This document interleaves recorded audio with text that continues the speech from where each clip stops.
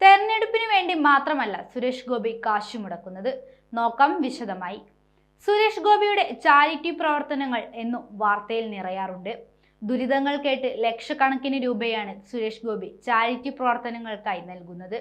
അത്തരത്തിൽ നിരവധി പേരെയാണ് അദ്ദേഹം അകമഴിഞ്ഞ് സഹായം നൽകുന്നത്. ബാങ്ക് വായ്പ നിഷേധിച്ച സാഹചര്യത്തിൽ ജീവനൊടുക്കിയ കർഷകൻ KG പ്രസാദിന്റെ കുടുംബത്തിന്റെ മുഴുവൻ സാമ്പത്തിക ബാധ്യതയും സുരേഷ് ഗോപി കഴിഞ്ഞ ദിവസം ഏറ്റെടുത്തത് ചർച്ചയായിരുന്നു. ഇപ്പോഴിതാ ഒരു പ്രമുഖ മാധ്യമത്തിന് നൽകിയ അഭിമുഖ്യത്തിൽ നടൻ ജയറാം അദ്ദേഹത്തെ പറ്റി പറഞ്ഞ വാക്കുകളാണ് ഇപ്പോൾ വൈറലാകുന്നത്. നടൻ ജയറാം പറഞ്ഞ വാക്കുകൾ ഇങ്ങനെയാണ്: ആ പാവം പൈസ ഉണ്ടാക്കുന്നത് മുഴുവൻ ഇതിനു വേണ്ടി ചിലവഴിക്കുകയാണ്. വരുന്ന 17-ാം തീയതി ഗുരുവായൂരിൽ വെച്ച് സ്വന്തം മകളുടെ വിവാഹമാണ്. ഓരോ കാര്യത്തിനു വേണ്ടിയും രാധിക കഷ്ടപ്പെടുന്നത് എനിക്കറിയാം.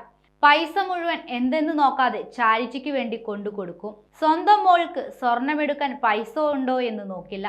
കല്യാണത്തിന് ഓഡിറ്റോറിയത്തിന് പോലും പൈസ ഉണ്ടോ എന്ന് നോക്കില്ല.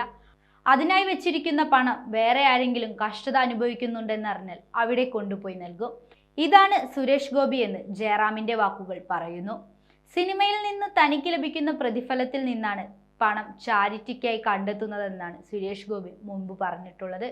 കൂടാതെ വീട്ടിൽ ആര് വന്ന് ചോദിച്ചാലും പണം എടുത്തു കൊടുക്കാറുണ്ടെന്ന് മകനും നടനുമായ ഗോകുൽ സുരേഷും പറഞ്ഞിരുന്നു.